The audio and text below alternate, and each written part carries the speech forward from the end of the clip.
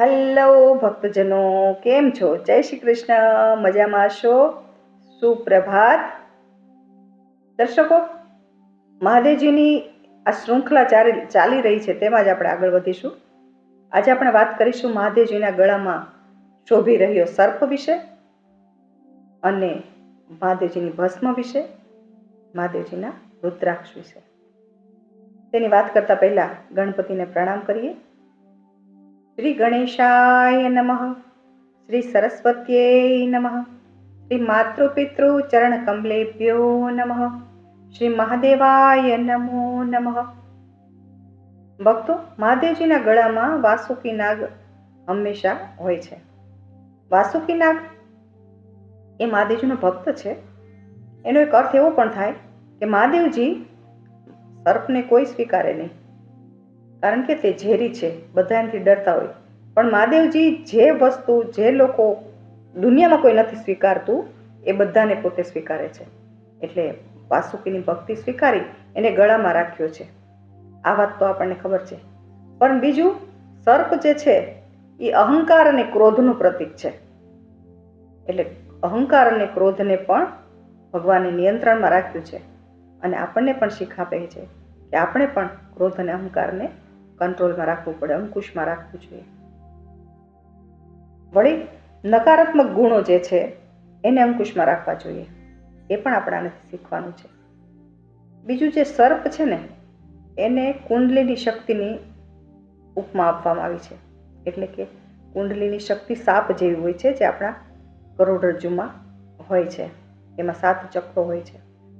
હવે આ કુંડલીની શક્તિ જો જાગૃત થઈ જાય ને, તો આપણે શિવ સુધી પહોંચી શકીએ. પરંતુ જે સુષુપ્ત અવસ્થા જે છે એને સર્પની ઉપમા આપવામાં આવી છે. હવે આ જે સર્પ છે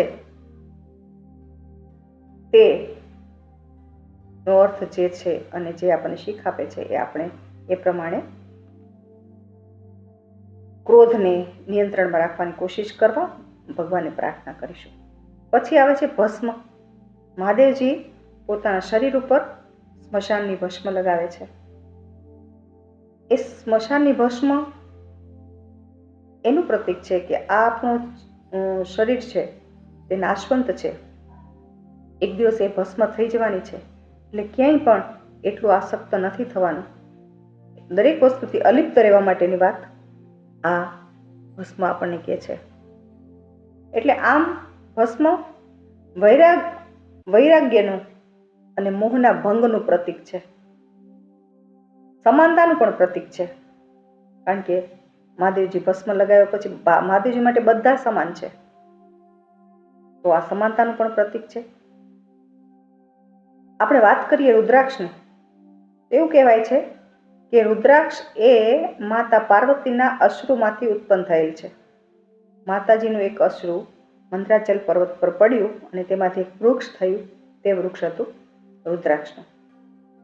એટલે રુદ્રાક્ષના વૃક્ષની અંદર માતાજીના દરેક સ્વરૂપોનો વાસ છે એવું પણ કહી શકાય, કારણ કે એ માતાજીનું સ્વરૂપ જ ગણાય છે. અને એ શુદ્ધ આચરણ અને ધ્યાનનું પ્રતીક છે. હવે મહાદેવજીને એટલા માટે જ રુદ્રાક્ષ ખૂબ પ્રિય છે. અને રુદ્રાક્ષ ધારણ કર્યું હોય તો કોઈ અજુગતું કરી ન શકે. કોઈ રુદ્રાક્ષની માળા પહેરીને કોઈ કોઈનું ખૂન ન કરી શકે. રુદ્રાક્ષનું બ્રેસલેટ પહેરીને કોઈ કોઈની ઉપર હાથ ન ઉગામી શકે. એટલે રુદ્રાક્ષની જ એટલી અસર થાય છે. આમ તો રુદ્રાક્ષની ઘણી બધી અસર થાય છે શરીરમાં, આયુર્વેદિક દ્રષ્ટિએ આ રોગ દૂર કરવા માટે એ પણ અસર થાય છે. તો આ રુદ્રાક્ષ જે ભગવાને ધારણ કર્યો છે અને આપણા સૌ માટે ભગવાનની કૃપા પ્રસાદે આપણને પણ મળ્યો છે, તો આપણે પણ રુદ્રાક્ષને ધારણ કરીએ અને એના ભાવને સમજીએ અને આચરણમાં મૂકીએ. હવે એક વાત છે કે ભગવાન મહાદેવજીના કોઈ સ્વરૂપમાં એના હાથમાં હરણ જોવામાં આવે છે. તો હરણ એ ચંચળતાનું પ્રતીક છે. એટલે ભગવાન ચંચળતાને પોતાના હાથમાં રાખે છે, અંકુશમાં રાખે છે અને જ્ઞાન મેળવે છે, સંયમી રહે છે. પરોપકારી રહેવું, નિર્મોહી રહેવું, શાંત રહેવું, આ બધું ભગવાનને જે કંઈ ધારણ કર્યું છે એનો અર્થ થાય છે. અને ચંચળતા ઉપર સંપૂર્ણ વિજય મેળવવો એ ભગવાનના હાથમાં રહેલું હરણ આપણને શીખવાડે છે.